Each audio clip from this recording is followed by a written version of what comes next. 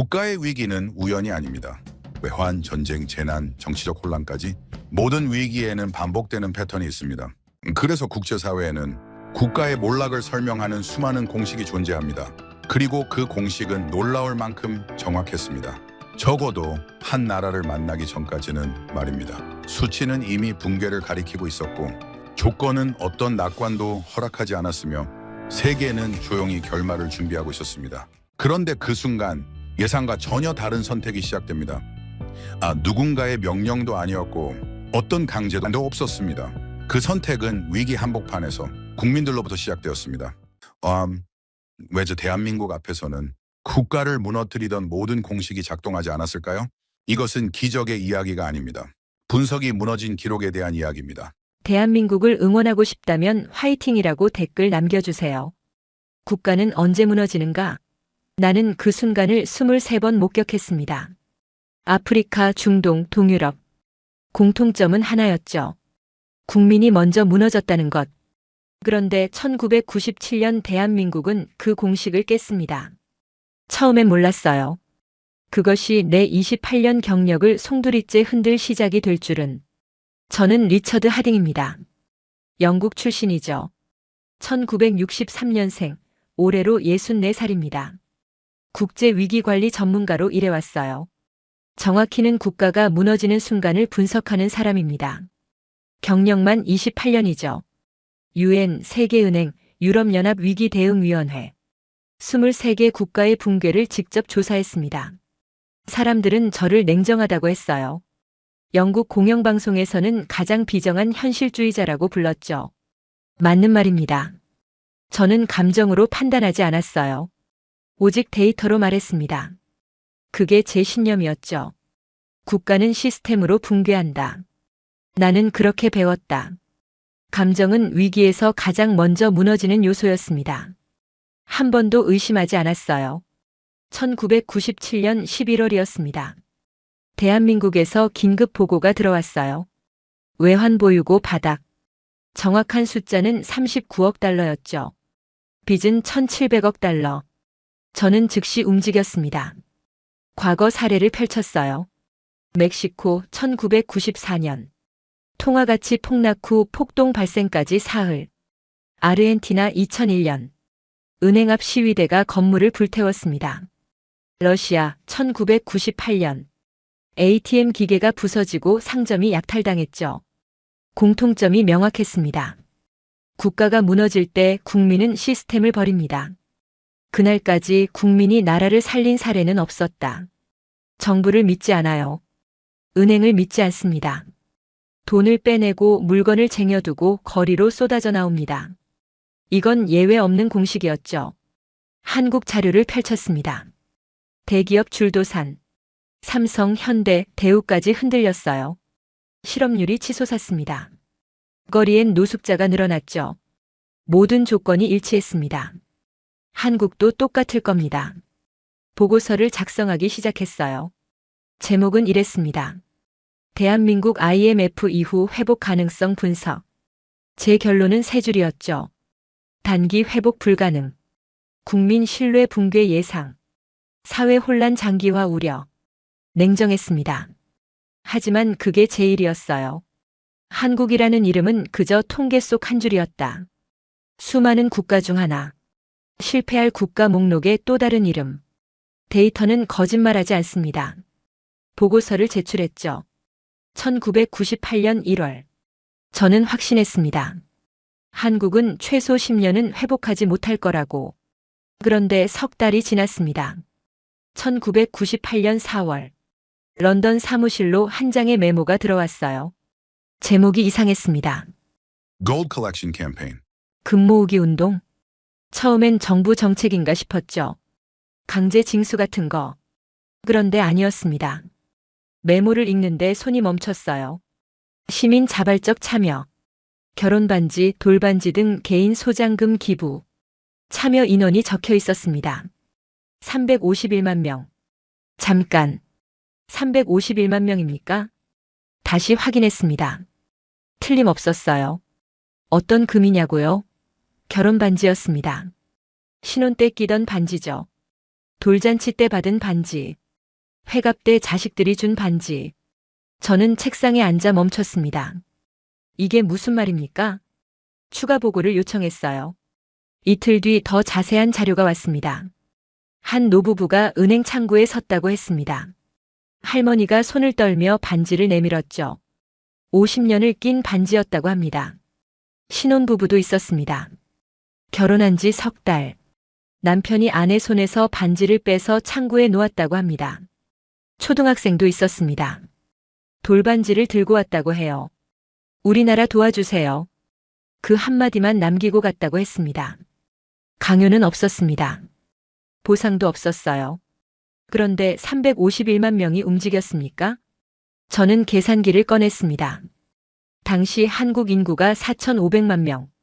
351만 명이면 인구의 7.8%입니다. 이건 단순한 숫자가 아니에요. 가족 단위로 움직인 겁니다.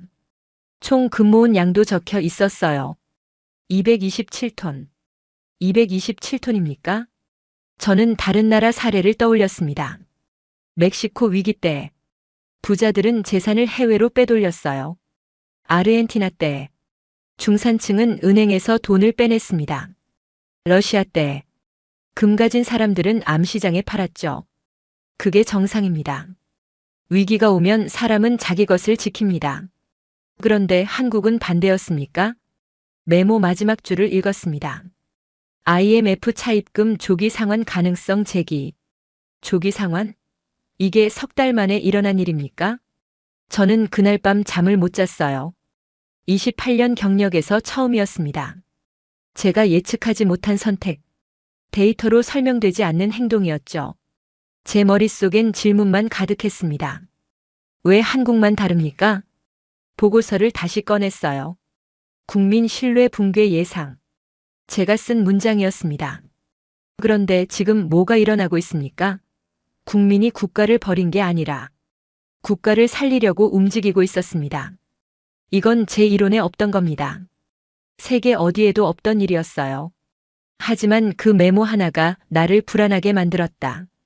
351만 명이라는 숫자, 자발적이라는 단어, 결혼 반지라는 의미, 이 모든 게 제 공식을 흔들고 있었습니다. 그때는 몰랐어요. 이게 시작일 줄은, 제 모든 신념이 무너질 시작일 줄은. 저는 더 많은 자료를 요청했습니다. 이건 확인해야 했어요. 351만 명이라는 숫자가 정말인지, 자발적이라는 말이 사실인지. 일주일 뒤 두꺼운 보고서가 도착했습니다. 첫 페이지를 펼쳤어요. 참여자 구성이 적혀 있었습니다. 주부 167만 명, 직장인 89만 명, 학생 43만 명, 노인 28만 명, 기타 24만 명. 주부가 제일 많았습니다. 167만 명. 저는 잠깐 멈췄어요. 주부라는 건 가정을 책임지는 사람들입니다. 아이 키우고 살림하고 미래를 준비하는 사람들이죠. 그런 사람들이 결혼 반지를 냈습니까? 다음 페이지를 넘겼습니다. 금의 종류가 적혀 있었어요. 결혼 반지 38%, 돌반지 22%, 회갑 반지 15%, 목걸이 12%, 기타 13%. 결혼 반지가 제일 많았습니다. 38%. 이건 단순한 금이 아니에요. 의미가 있는 물건입니다. 결혼할 때 끼운 반지죠. 평생 빼지 않고 낀 반지. 그걸 내놓았다는 겁니까? 구체적 사례가 적혀 있었습니다. 서울 한 은행. 70대 할머니가 창구에 섰다고 합니다. 손이 떨리고 있었대요. 반지를 빼려는데 잘 안 빠졌다고 합니다. 50년을 낀 반지였습니다. 손가락에 파고들어 있었죠. 직원이 물을 가져왔다고 합니다. 손을 적시고 천천히 빼냈대요. 할머니는 한참을 반지를 내려다봤다고 합니다. 그리고 창구에 놓았습니다. 우리 손주들이 살아야지. 그 한마디만 남기고 돌아섰다고 했어요. 직원이 울었다고 합니다. 부산의 한 신혼부부. 결혼한 지 석 달이었대요. 남편이 아내 손을 잡고 은행에 왔다고 합니다. 둘 다 말이 없었대요. 남편이 아내 손에서 반지를 빼서 창구에 놓았습니다. 아내도 남편 반지를 빼서 함께 놓았죠. 직원이 물었다고 합니다. 괜찮으세요? 남편이 대답했대요. 나중에 다시 사면 되죠. 그리고 나갔다고 합니다. 대구의 한 초등학교 6학년 남학생이 은행에 왔다고 해요. 손에 돌반지를 쥐고 있었습니다. 할머니가 돌잔치 때 끼워준 반지였대요. 직원이 물었다고 합니다. 부모님이 아시니? 아이가 고개를 끄덕였대요. 엄마가 가져가라고 했어요. 우리나라 도와주라고요. 그리고 반지를 놓고 갔다고 합니다. 저는 보고서를 읽으면서 계속 멈췄어요. 이게 다 사실입니까? 351만 명은 통계가 아니다. 움직인 사람이다. 할머니의 50년 반지, 신혼부부의 석 달 된 반지, 초등학생의 돌반지. 하나하나가 선택이었습니다. 하나하나가 희생이었어요. 사진도 첨부되어 있었습니다. 은행 앞에 줄 선 사람들. 손에 작은 봉투를 들고 있었어요. 표정이 인상적이었습니다. 울고 있지 않았어요. 오히려 담담했습니다. 한 중년 남성의 사진이 있었습니다. 창구에서 반지를 내려놓는 장면이었죠. 얼굴에 주름이 깊었어요. 하지만 눈빛은 흔들리지 않았습니다. 저는 이 사진을 한참 들여다봤습니다. 이 사람은 왜 이런 선택을 했습니까? 누가 시킨 것도 아닌데. 보상도 없는데. 영상 자료도 있었습니다. MBC 뉴스 영상이었어요. 한 여성이 인터뷰하고 있었습니다. 40대쯤 돼 보였죠. 기자가 물었습니다. 힘드시지 않으세요? 여성이 대답했어요. 제 반지 하나로 나라가 산다면 아깝지 않습니다. 그리고 카메라를 보며 말했습니다. 다들 함께 해주세요. 저는 영상을 멈췄어요. 경제학적으로 이건 비합리적입니다. 개인이 손해를 감수하면서까지 국가를 돕는다? 시장경제 원리에 맞지 않아요. 이 선택은 비합리적이었다. 그래서 더 무서웠다. 합리적 선택이라면 설명할 수 있습니다. 이익이 있으니까. 보상이 있으니까. 그런데 이건 달랐어요. 손해만 있었습니다. 그런데 351만 명이 선택했어요. 이걸 어떻게 설명합니까? 총 모인 금액도 계산되어 있었습니다. 227톤. 당시 시세로 약 21억 달러였습니다. 21억 달러. 이게 석 달 만에 모인 돈입니까? 저는 다른 나라와 비교했어요. 멕시코 위기 때 정부가 금 모으기를 시도했습니다. 실패했어요. 국민이 믿지 않았습니다. 참여율 0.3%. 터키 위기 때도 마찬가지였죠. 정부가 금 기부를 호소했어요. 반응이 없었습니다. 그런데 한국은 7.8%. 26배 차이입니다. 저는 경제학 교과서를 펼쳤습니다. 위기 상황에서 개인의 선택. 개인은 합리적으로 행동한다. 위기 시 자산 보호가 우선이다. 공공재 딜레마 개인의 희생은 기피된다. 전부 맞는 말입니다. 저도 그렇게 배웠어요. 그런데 한국은 이 공식을 뒤집었습니까? 나는 처음으로 계산기를 내려놓았다. 28년 동안 저는 숫자로 세상을 봤습니다. 숫자는 거짓말하지 않아요. 숫자는 명확합니다. 그런데 이 숫자들은 뭡니까? 351만 명, 227톤, 21억 달러. 숫자는 맞습니다. 하지만 설명이 안 됩니다. 보고서 마지막 장을 펼쳤어요. 결과가 적혀 있었습니다. IMF 차입금 195억 달러. 예상 상환 기간 10년. 실제 상환 기간 3년 9개월. 3년 9개월입니까? 10년 걸릴 빚을 3년 만에 갚았습니까? 금 모으기가 전부는 아니었을 겁니다. 하지만 시발점이 되었죠. 국민이 먼저 움직였다는 신호. 그게 경제 전체를 움직였습니다. 저는 의자에 기댔어요. 국민이 국가를 믿은 게 아니라 서로를 믿었다. 그게 핵심이었습니다. 정부를 믿어서 반지를 낸 게 아니에요. 내가 내면 너도 낼 것이다. 그 믿음이었습니다. 내가 희생하면 너도 희생할 것이다. 우리가 함께하면 나라가 살 것이다. 이게 351만 명을 움직인 힘이었어요. 28년 경력이 흔들리고 있었습니다. 제가 믿었던 공식.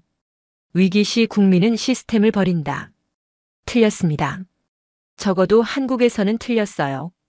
책상 위에 펼쳐진 자료들. 351만 명의 이름. 227톤의 금. 3년 9개월의 기록. 이건 우연이 아닙니다. 운도 아니에요. 이건 선택입니다. 351만 명이 동시에 한 선택. 저는 보고서 표지를 다시 봤습니다. 골드 컬렉션 캠프 AIGN. 이 제목이 틀렸어요. 이건 운동이 아닙니다. 혁명입니다. 조용한 혁명. 피 한 방울 흘리지 않은 혁명이죠. 그날 저는 제 보고서를 수정했습니다. 대한민국 예외 가능성 있음. 제 인생에서 처음 쓴 문장이었어요. 예외. 저는 예외를 믿지 않았습니다. 데이터는 예외를 인정하지 않거든요. 하지만 한국은 예외였습니까? 아니면 제 이론이 틀렸습니까? 2007년 12월이었습니다. 한국에서 또 연락이 왔어요. 이번엔 재난이었습니다. 태안 앞바다에서 유조선 사고가 났다고 했죠. 저는 즉시 자료를 요청했습니다. 다음 날 보고서가 도착했어요. 원유 유출량 12,547kl. 당시 한국 역사상 최악의 기름 유출 사고였습니다. 사진을 봤어요. 바다가 검었습니다. 해안선 전체가 기름으로 뒤덮여 있었죠.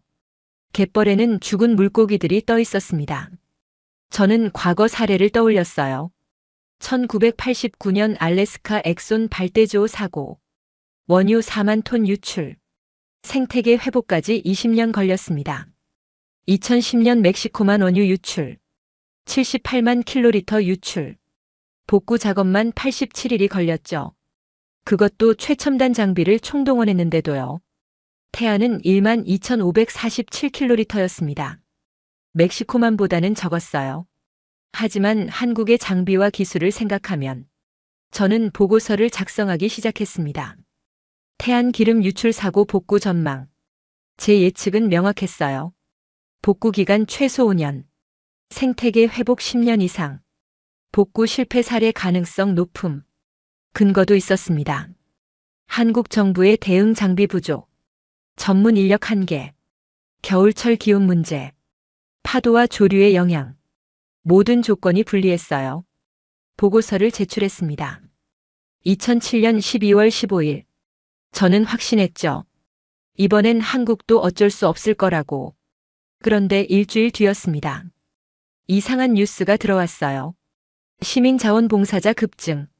전국에서 태안으로 이동 중.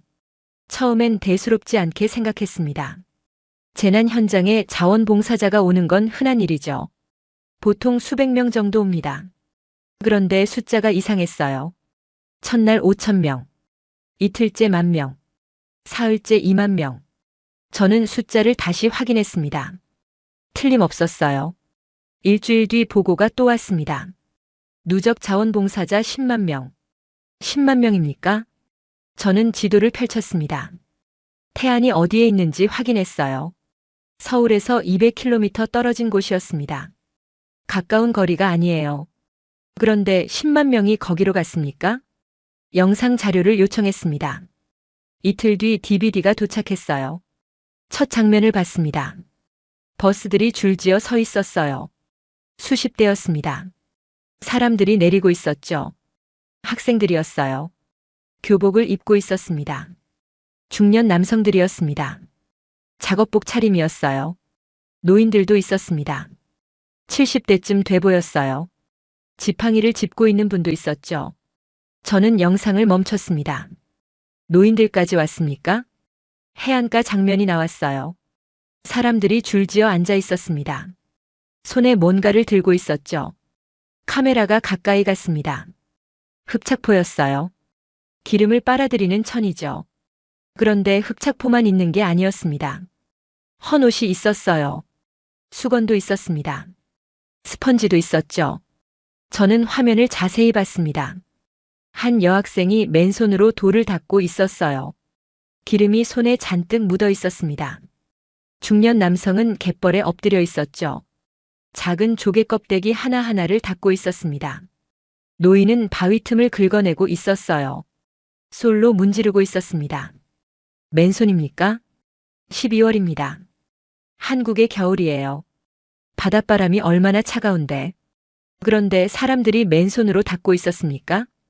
다음 영상이 나왔습니다. 밤 장면이었어요. 불빛이 보였습니다.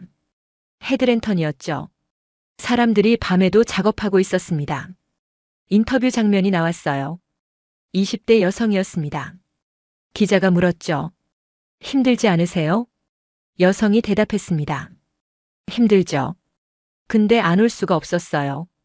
기자가 또 물었어요. 왜 오셨어요? 여성이 잠깐 멈췄습니다. 그리고 말했죠. 텔레비전에서 봤어요. 바다가 죽어가는 거. 그냥 가만히 있을 수가 없었어요. 다른 인터뷰도 나왔습니다. 40대 남성이었어요. 회사 휴가 내고 왔습니다. 아내도 함께 왔어요. 우리 바다잖아요. 60대 남성도 있었습니다. 손주들이 볼 바다인데 이대로 둘 순 없죠. 저는 영상을 멈추고 생각했습니다. 이 사람들에게 누가 돈을 줍니까? 보상이 있습니까? 자료를 확인했어요. 없었습니다. 교통비도 자부담이었습니다. 식사도 자기가 해결했어요.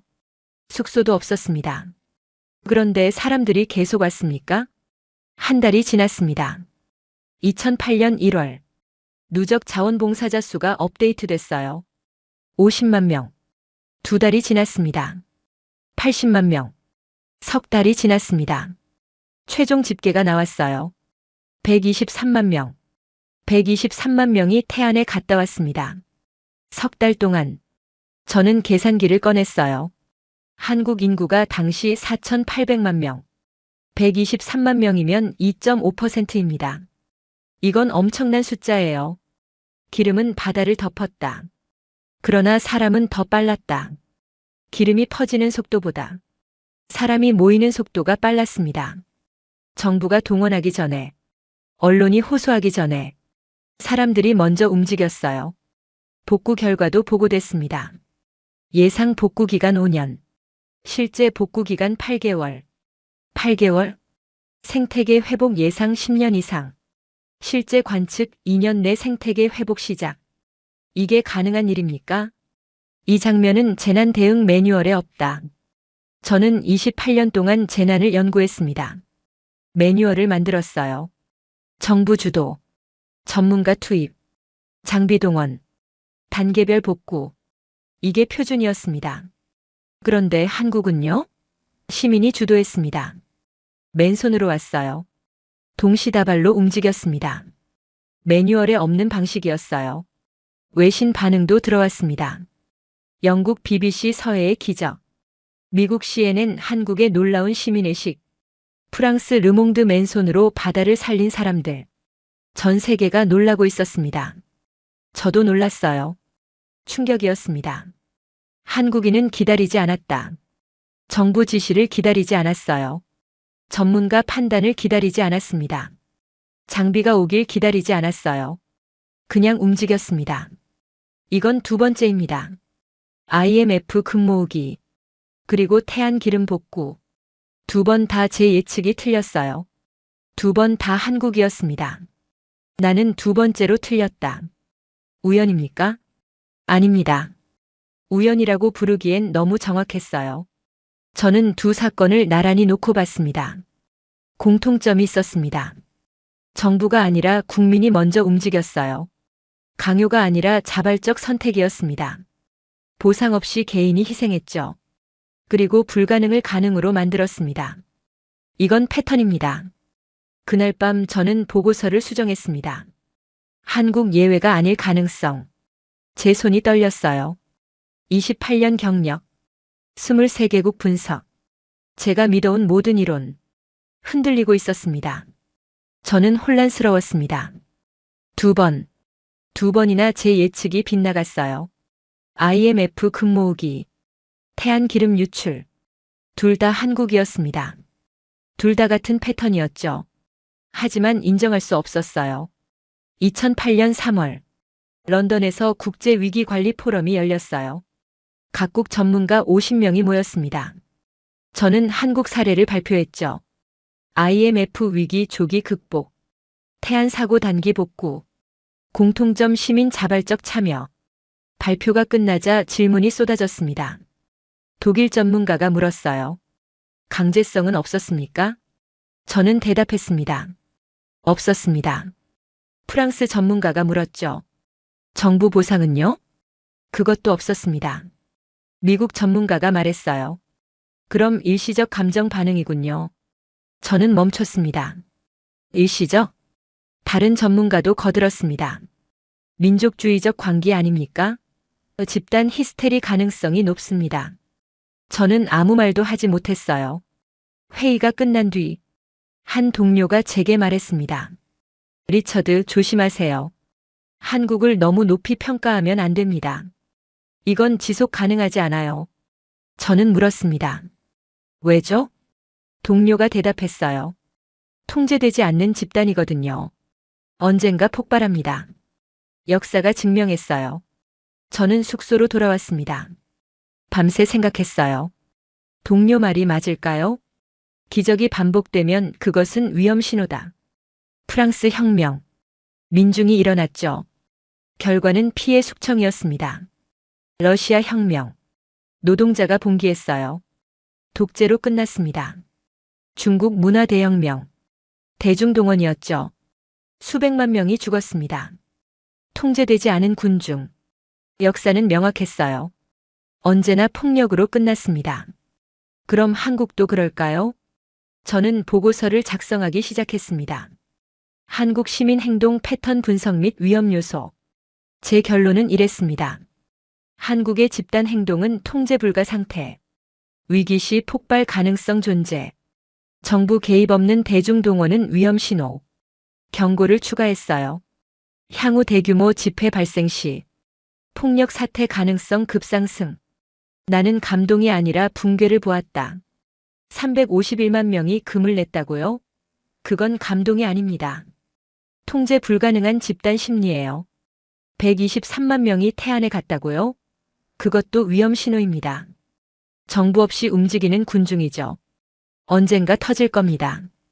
보고서를 제출했습니다. 2008년 4월. 저는 확신했죠. 한국은 언젠가 폭발할 거라고. 그리고 2016년이 왔습니다. 10월. 한국에서 뉴스가 터졌어요. 대통령 스캔들, 비선 실세, 국정농단. 저는 즉시 한국 상황을 모니터링하기 시작했습니다. 시위가 시작됐어요. 첫 주 2만 명, 둘째 주 5만 명, 셋째 주 10만 명. 숫자가 급증하고 있었습니다. 저는 과거 자료를 꺼냈어요. 2008년 제가 쓴 보고서. 대규모 집회 발생 시 폭력 사태 가능성. 이제 그 순간이 온 겁니까? 11월 첫째 주. 참여 인원 30만 명. 저는 긴급 보고서를 작성했습니다. 한국 대규모 시위 폭력화 가능성 분석. 근거를 나열했어요. 첫째, 규모. 30만 명은 통제 불가능한 숫자입니다. 둘째, 분노. 대통령 탄핵을 요구하고 있었어요. 감정이 극도로 고조된 상태였죠. 셋째, 야간 집회. 어두워지면 군중 심리가 폭주합니다. 넷째, 경찰 배치. 경찰 버스가 광화문을 둘러쌌어요. 물리적 충돌 가능성이 높았습니다. 제 예측은 명확했습니다. 11월 둘째 주 이후. 대규모 충돌 발생 가능성 80%. 질서 없는 군중은 언제나 폭력으로 끝난다. 이건 역사가 증명한 사실입니다. 1789년 프랑스 혁명. 단두대가 세워졌어요. 1917년 러시아 혁명. 내전이 일어났습니다. 1989년 천안문 광장. 탱크가 들어왔죠. 군중이 모이면 폭력이 따라옵니다. 예외는 없었어요. 한국도 마찬가지일 겁니다. 저는 국제 언론에도 연락했어요. 한국을 주시하세요. 곧 큰 사건이 터집니다. 11월 둘째 주. 참여 인원 50만 명. 저는 긴장했습니다. 셋째 주. 100만 명. 저는 모니터 앞에 앉아 있었어요. 실시간 뉴스를 보고 있었습니다. 화면에 광화문이 보였어요. 사람들로 가득 찼습니다. 끝이 보이지 않았죠. 촛불이 보였습니다. 수십만 개의 촛불. 저는 손에 땀이 났어요. 이 규모면 틀림없습니다. 폭력이 터집니다. 넷째 주. 150만 명. 외신도 긴장하기 시작했어요. CNN 한국 정치 위기 고조. BBC 대규모 시위 폭력 우려. 저는 매일 밤 한국 뉴스를 봤습니다. 12월 첫째 주. 참여 인원 200만 명. 200만 명입니까? 이건 역사상 유례없는 숫자예요. 서울 인구가 1000만 명인데 그중 200만 명이 거리로 나왔습니다. 한국은 시험대에 올랐다. 세계가 지켜보고 있었습니다. 한국이 어떻게 하는지. 폭력으로 갈까요? 평화를 유지할까요? 저는 확신했어요. 폭력입니다. 200만 명이 모였는데 평화로울 수 없습니다. 역사가 그렇게 말하고 있어요. 동료들도 같은 생각이었죠. 한국, 이번엔 피할 수 없다. 폭력은 시간 문제다. 저는 그 주말을 기다렸습니다. 토요일 저녁. 참여 인원 집계가 올라왔어요. 232만 명. 232만 명이 광화문에 모였습니다. 저는 숨을 죽이고 화면을 봤어요. 그리고 기다렸습니다. 충돌을, 폭력을, 피를. 이번엔 제가 맞을 겁니다. 한국도 예외일 수 없습니다. 역사는 명확하니까요. 하지만 아무 일도 일어나지 않았습니다. 일요일 아침이 밝았어요. 보고가 들어왔습니다. 폭력 사건 0건, 부상자 0명, 체포자 0명. 저는 화면을 멍하니 봤습니다. 0. 232만 명이 모였는데 아무 일도 없었습니까? 추가 보고가 들어왔어요. 시민 자율 질서 유지, 쓰레기 자발적 수거, 경찰 버스에 감사 메모 부착. 감사 메모? 저는 과거 사례를 떠올렸습니다. 2011년 이집트 타흐리르 광장. 참여 인원 100만 명. 첫날부터 충돌이 시작됐습니다. 경찰과 시위대가 부딪혔어요. 돌이 날아갔습니다. 화염병이 터졌죠. 최종 집계. 사망자 846명. 부상자 6,000명. 2013년 터키 게지 공원 시위. 참여 인원 350만 명. 평화롭게 시작됐습니다. 하지만 사흘 만에 상황이 바뀌었어요. 경찰이 최루탄을 쐈습니다. 시위대가 돌을 던졌죠. 상점 유리창이 깨졌습니다. 사망자 22명. 부상자 8,000명. 2019년 홍콩 민주화 시위. 참여 인원 200만 명. 초기엔 평화로웠어요. 하지만 시간이 갈수록 격화됐죠. 화염병이 날아갔습니다. 경찰이 실탄을 발사했어요. 지하철역이 불탔습니다. 부상자 2,500명. 체포자 10,000명. 한국은요? 232만 명. 사망자 0명. 부상자 0명. 체포자 0명. 저는 숫자를 나란히 놓고 봤습니다. 이집트 100만 명, 사망 846명. 터키 350만 명, 사망 22명. 홍콩 200만 명, 부상 2,500명. 한국 232만 명, 사망 0명, 부상 0명. 이게 말이 됩니까? 영상을 요청했습니다. 다음 날 도착했어요. 첫 장면. 광화문 전경이었습니다. 카메라가 사람들 속으로 들어갔어요. 한 가족이 보였습니다. 아빠, 엄마, 그리고 아이 둘. 5살쯤 된 딸이 아빠 어깨에 타고 있었어요. 손에 촛불을 들고 있었죠. 저는 화면을 멈췄습니다. 이집트 타흐리르 광장엔 아이가 없었어요. 위험했거든요. 터키 게지 공원도 마찬가지였습니다. 최루탄이 날아다녔으니까요. 홍콩도요? 학생들이 마스크를 쓰고 왔습니다. 신분을 숨겨야 했어요. 한국은요? 가족이 왔습니다. 유모차를 끌고 온 부부도 있었어요. 한 인터뷰가 나왔습니다. 30대 엄마였어요. 기자가 물었죠. 아이를 데리고 오셔도 괜찮으세요? 엄마가 웃으며 대답했습니다. 여기 안전해요. 우리 아이한테 보여주고 싶었어요. 민주주의가 뭔지요. 안전하다고요? 232만 명이 모인 곳이? 다음 장면이 나왔습니다. 노점상들이었어요. 떡볶이를 파는 아주머니, 호떡을 굽는 할아버지. 사람들이 줄을 서서 기다리고 있었습니다. 돈을 제대로 내고 있었어요. 2005년 프랑스 파리 폭동 때는요. 상점이 약탈당했습니다. 2011년 영국 런던 폭동 때는요. 전자제품 매장이 털렸어요. 한국은요. 노점에서 떡볶이를 사 먹었습니다. 돈을 제대로 내면서요. 경찰 버스 장면이 나왔습니다. 버스 표면에 뭔가 붙어 있었어요. 포스트잇이었습니다. 수백 장. 경찰관님 고생 많으세요. 추운데 감기 조심하세요. 따뜻한 음료 드세요.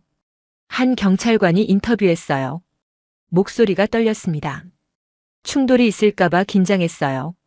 근데 시민들이 격려해 주셨어요. 감동했습니다. 경찰보다 시민이 먼저 질서를 세웠다. 2010년 그리스 시위 때는요. 경찰과 시위대가 충돌했습니다. 최루탄이 날아갔어요. 화염병이 터졌습니다. 경찰 부상자 수십 명. 2017년 베네수엘라 시위 때는요. 경찰이 공격받았습니다. 차량이 불탔어요. 한국은요. 경찰 버스에 감사 메모가 붙었습니다. 밤 장면이 나왔어요. 집회가 끝나가고 있었습니다. 사람들이 쓰레기를 줍고 있었죠. 각자 자기 자리 주변을 정리했습니다. 다음 날 아침, 광화문 바닥이 보였어요. 깨끗했습니다. 2011년 스페인 분노한 자들 시위 때는요. 시위 이틀 뒤 광장 모습, 쓰레기 더미, 텐트 잔해, 낙서투성이, 청소에 일주일 걸렸습니다. 한국은요. 232만 명이 모였는데 다음 날 깨끗했어요. 저는 영상을 끄고 앉아 있었어요. 다음 주에도 집회가 열렸습니다. 그 다음 주에도, 그 다음 주에도 매주 100만 명이 넘었어요. 총 6주. 누적 참여 인원 1,700만 명. 1,700만 명입니다. 그런데 폭력은 한 건도 없었습니다. 1,700만 명은 혁명이다. 그런데 그 혁명은 속삭이듯 진행됐다. 촛불을 들고 평화롭게 질서 있게. 혁명이라는 단어를 들으면 뭐가 떠오릅니까? 함성, 충돌, 비. 그게 혁명이었습니다. 프랑스 혁명. 단두대가 세워졌어요. 러시아 혁명. 내전이 일어났습니다. 중국 혁명. 수백만 명이 죽었어요.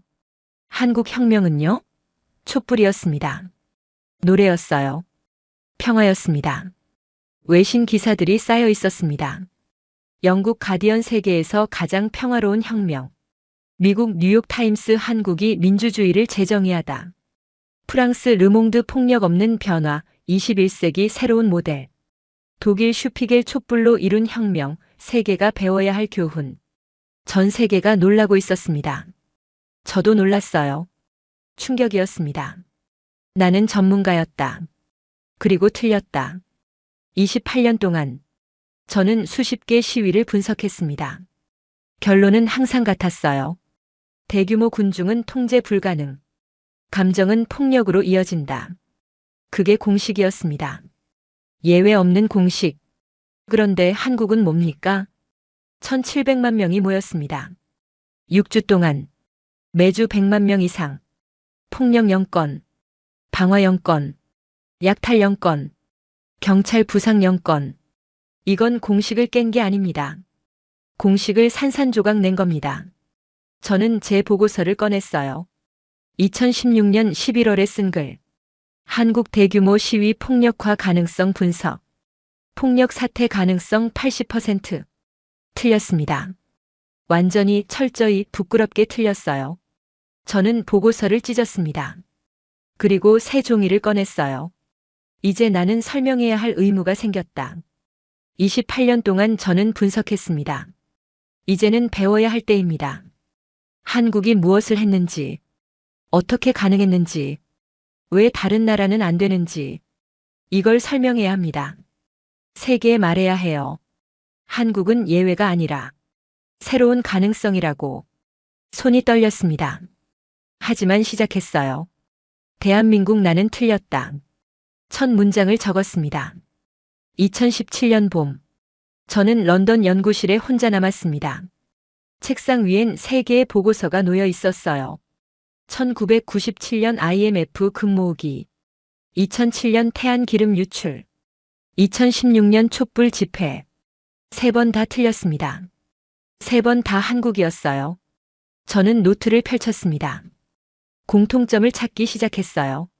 첫 번째 사건. IMF 위기. 정부가 국민에게 도움을 요청했습니까? 아닙니다. 방송에서 호소했을 뿐이죠. 그런데 351만 명이 움직였습니다. 두 번째 사건. 태안기름 유출. 정부가 자원봉사를 강제했습니까? 아닙니다. 뉴스가 보도했을 뿐이에요. 그런데 123만 명이 달려왔습니다. 세 번째 사건. 촛불 집회. 누가 조직했습니까? 정당도 아니었어요. 단체도 아니었습니다. 그런데 1700만 명이 모였습니다. 저는 펜을 놓고 생각했어요. 공통점이 보였습니다. 정부가 아니라 시민이 먼저 움직였어요. 강요가 아니라 자발적 선택이었습니다. 보상 없이 개인이 희생했죠. 그리고 불가능을 가능으로 만들었습니다. 이게 우연입니까? 3번이면 우연이 아닙니다. 패턴입니다. 나는 한 나라를 연구했다. 결국 연구당한 쪽은 나였다. 28년 동안 저는 국가를 분석했습니다. 붕괴 패턴을 찾았어요. 실패 원인을 규명했죠. 그런데 한국 앞에서 제가 분석당하고 있었습니다. 제 이론이 시험받고 있었어요. 제 신념이 흔들리고 있었습니다. 저는 한국 역사를 찾아봤어요. 1950년 625 전쟁. 폐허였습니다. 1인당 GDP 67달러. 세계 최빈국이었죠. 그런데 어떻게 됐습니까? 2016년 기준 1인당 GDP 27,000달러. 400배 성장입니다. 70년 만에요. 어떻게 가능했습니까? 저는 다른 나라와 비교했습니다. 필리핀. 1950년대엔 한국보다 잘 살았어요. 1인당 GDP가 한국의 3배였습니다. 2016년은요? 한국이 필리핀의 4배가 됐습니다. 미얀마도 마찬가지였어요. 1950년대엔 한국보다 부유했습니다. 지금은요? 한국이 20배 앞섰습니다. 차이가 뭡니까? IMF 때 보여준 단결, 태안 때 보여준 헌신, 촛불 때 보여준 성숙함. 한국은 준비하지 않았다. 선택했다. 정부가 준비시킨 게 아니었어요. 학교에서 가르친 것도 아니었습니다. 국민이 위기마다 선택했던 겁니다. 포기하지 않기로, 함께 버티기로, 서로를 믿기로. 그 선택들이 쌓였습니다. 이건 기적이 아니라 축적이다. 하루아침에 생긴 게 아니었어요. 70년 동안 쌓아온 것이었습니다. 한 번의 선택은 우연입니다. 두 번의 선택은 패턴이에요. 3번, 4번, 10번의 선택은 문화입니다. 2020년 1월이었어요. 새로운 뉴스가 터졌습니다.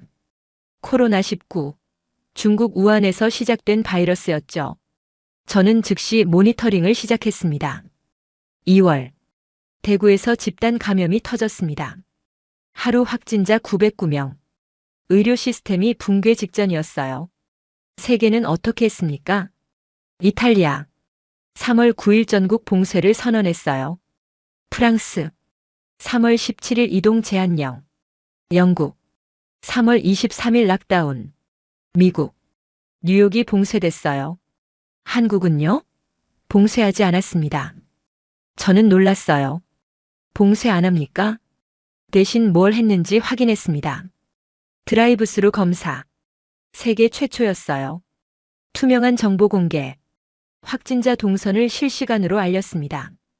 시민 협조 요청. 마스크 착용. 거리 두기. 불필요한 외출 자제. 강제가 아니었어요. 요청이었습니다. 저는 생각했습니다. 이게 될까? 결과를 지켜봤습니다. 3월. 한국 거리 풍경이 보도됐어요. 사람들이 마스크를 쓰고 있었습니다. 거의 100%였어요. 상점엔 손소독제가 놓여 있었죠. 사람들이 스스로 사용했습니다. 강제한 게 아닙니다. 시민이 스스로 했어요. 그리고 또 다른 일이 일어났습니다. 대구 의료진이 부족했어요. 병상도 모자랐습니다. 그러자 전국에서 의사들이 지원했습니다. 간호사들이 달려왔어요.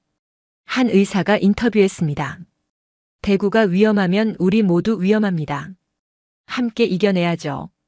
다른 지역 병원들도 움직였어요. 병상을 내줬습니다. 의료진을 보냈죠. 아무도 강요하지 않았습니다. 착한 임대인 운동도 시작됐어요. 건물주들이 임대료를 깎아줬습니다. 자영업자들이 버틸 수 있게요. 저는 화면을 보며 멈췄어요. 또입니까? 또 이런 선택을 하는 겁니까? 4월.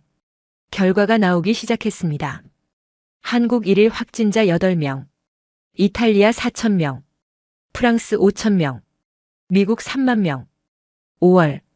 사망률이 발표됐습니다. 한국 인구 10만 명당 0.5명, 이탈리아 56명, 영국 59명, 미국 28명.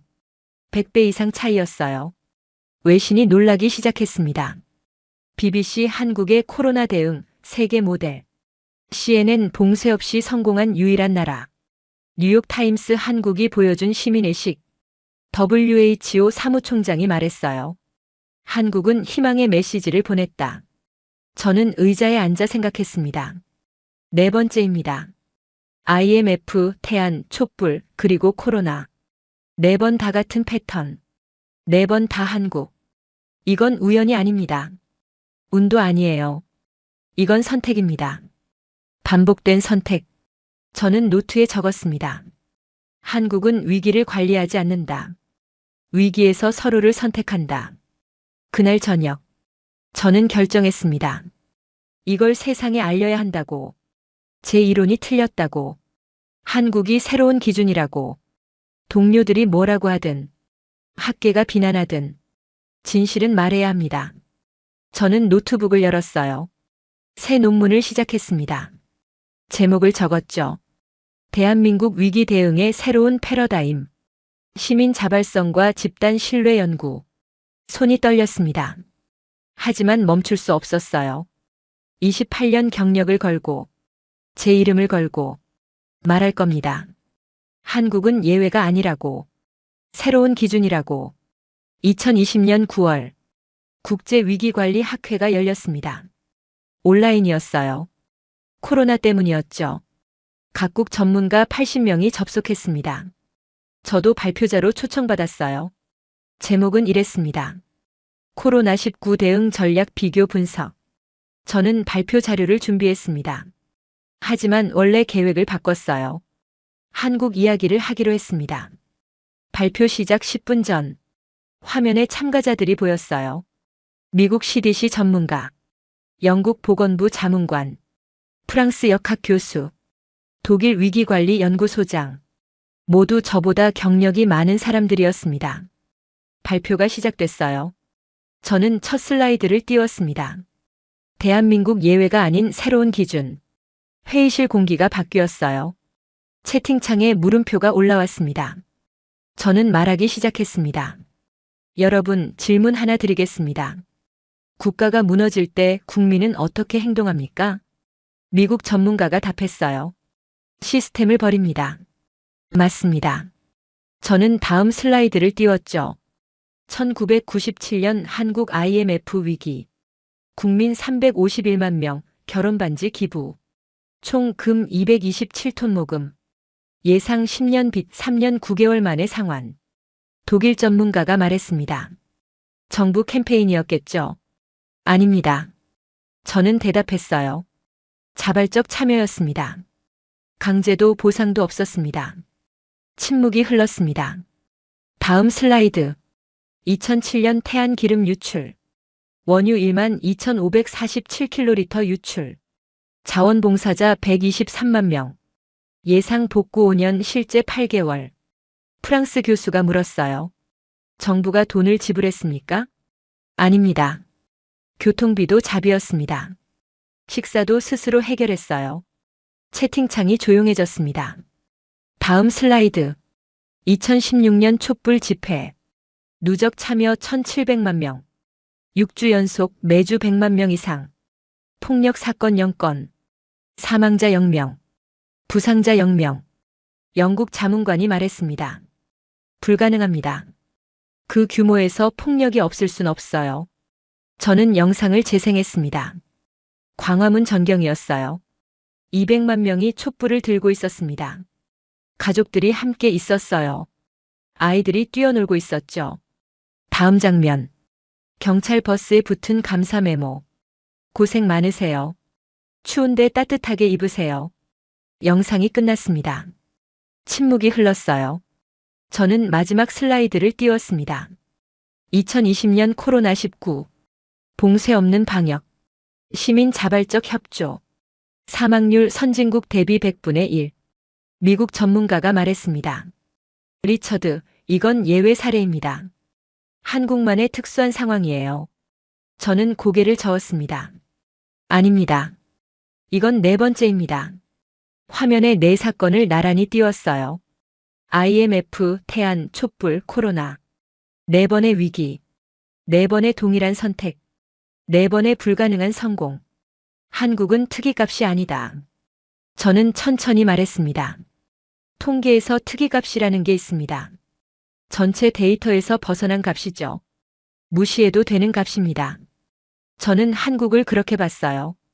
특이값이라고, 예외라고. 하지만 틀렸습니다. 한 번은 특이값입니다. 두 번은 우연이에요. 세 번은 패턴입니다.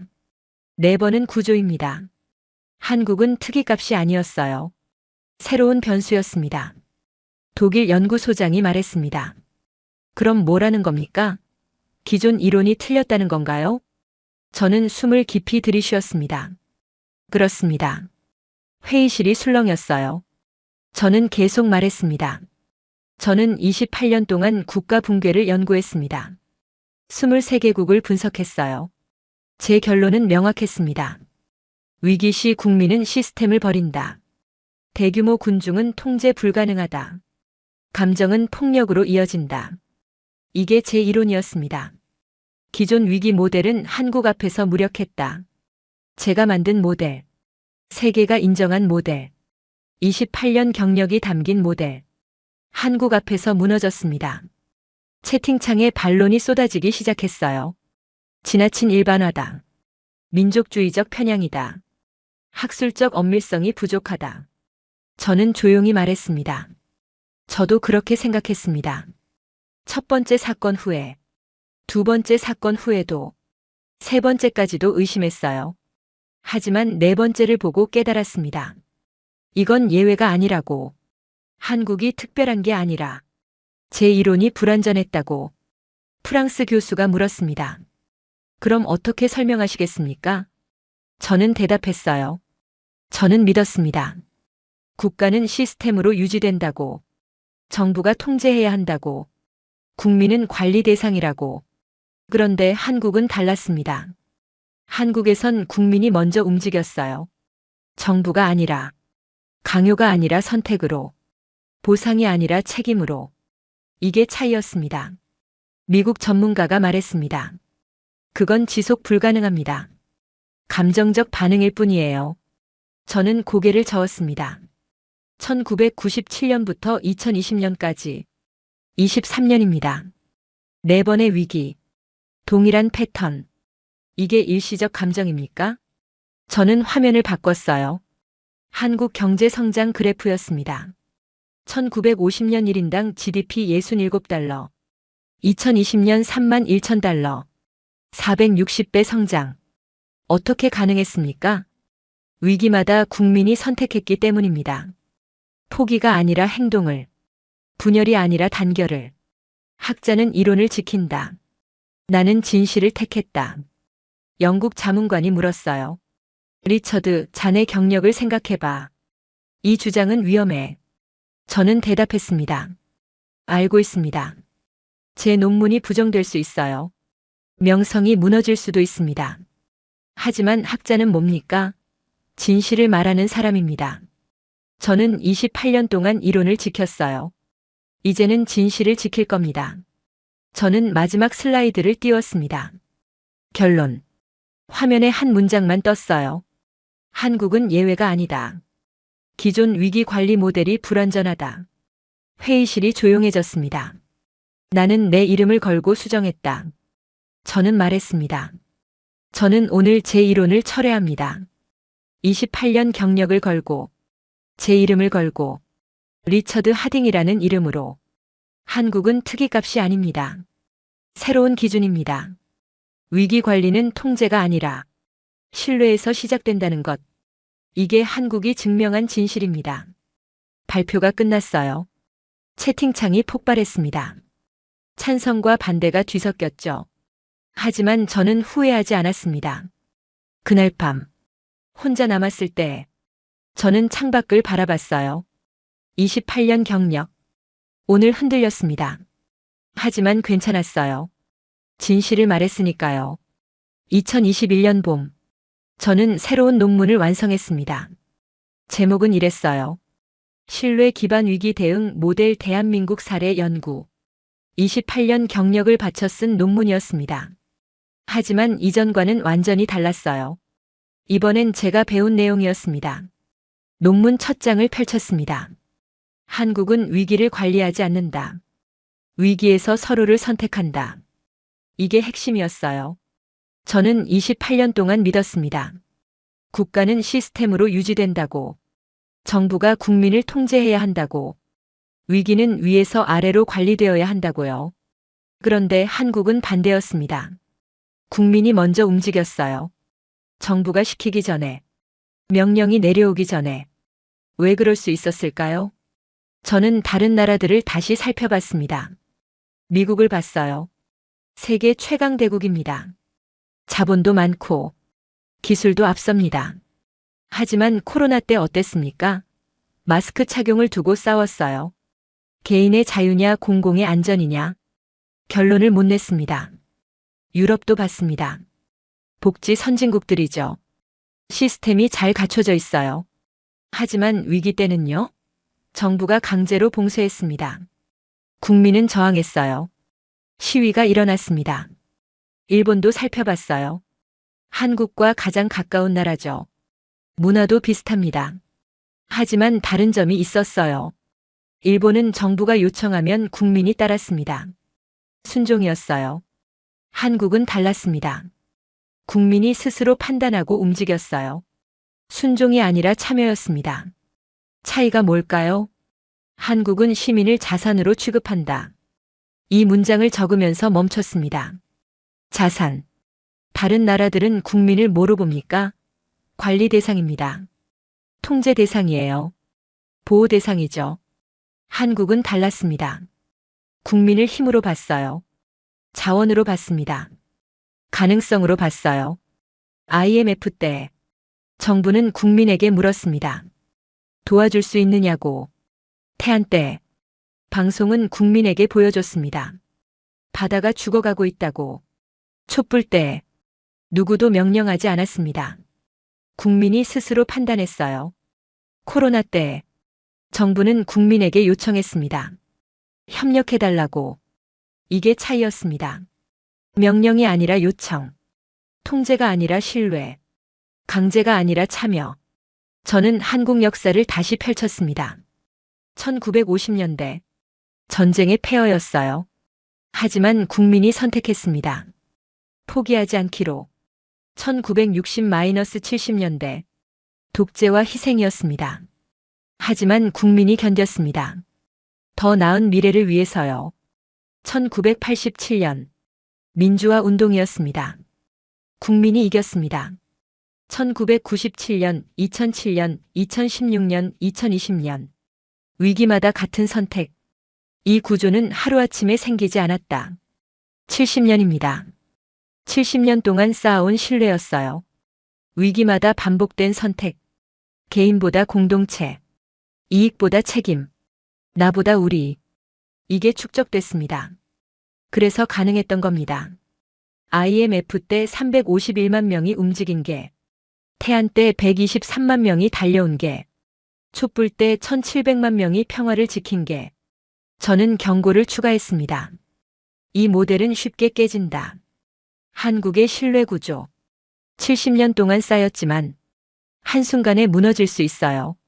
만약 정부가 국민을 배신하면, 만약 일부가 희생을 거부하면, 만약 투명성이 사라지면, 이 모델은 작동하지 않습니다. 그래서 지켜야 합니다. 한국이 보여준 이 길, 신뢰의 길, 협력의 길, 세계가 배워야 할 길입니다. 논문을 마무리하면서 저는 한 문장을 추가했어요. 위기는 한국을 망가뜨리지 않았다. 위기는 한국을 증명했다. IMF는 한국을 무너뜨리지 못했습니다. 오히려 단결을 증명했어요. 태아는 한국을 좌절시키지 못했습니다. 오히려 헌신을 보여줬어요. 촛불은 한국을 분열시키지 못했습니다. 오히려 성숙을 드러냈어요. 코로나는 한국을 멈추지 못했습니다. 오히려 협력을 확인했어요. 위기는 한국의 약점이 아니었습니다. 시험대였어요. 증명의 무대였습니다. 2021년 6월 논문이 발표됐습니다. 국제학술지에 실렸어요. 반응은 뜨거웠습니다. 비판도 많았어요. 지지도 있었습니다. 저는 상관없었어요. 제가 본 건 진실이었으니까요. 그해 가을, 저는 한국을 방문했습니다. 처음이었어요. 서울 거리를 걸었습니다. 광화문 광장에 섰어요. 여기서 1700만 명이 모였었죠. 사람들이 지나갔습니다. 평범한 사람들이었어요. 저는 그들을 봤습니다. 이 사람들이 해냈구나. 세계가 불가능하다던 일을. 남산타워에 올라갔어요. 서울 전경이 보였습니다. 1950년엔 폐허였던 도시. 2021년엔 빛나고 있었습니다. 저는 그 풍경을 보며 생각했어요. 기적이 아니었습니다. 운도 아니었어요. 선택이었습니다. 70년 동안 반복된 선택. 위기 앞에서 도망치지 않은 선택. 서로를 버리지 않은 선택. 함께 견디기로 한 선택. 그 선택들이 쌓여서 오늘의 한국을 만들었습니다. 저는 노트를 꺼냈어요. 마지막 문장을 적었습니다. 나는 리처드 하딩이다.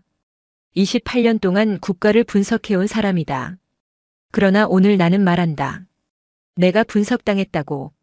한국에게. 한국은 나에게 가르쳤다. 국가는 시스템이 아니라 사람이라고. 위기는 공포가 아니라 선택이라고. 그래서 나는 기록한다. 세계를 향해 증언한다. 한국의 기적은 우연이 아니다. 반복된 선택의 결과다. 그리고 묻는다. 당신의 국민은 위기 앞에서 무엇을 선택할 준비가 되어 있는가? 노트를 덮었습니다. 28년의 여정이 끝났어요. 아니, 새로운 시작이었습니다. 지금까지 시청해 주셔서 감사합니다.